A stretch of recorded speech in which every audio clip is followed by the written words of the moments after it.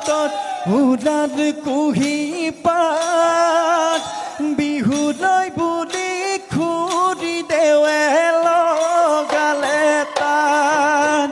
কাতৰ হাতৰ বসুঙাতি লুকুৱাই আনিলো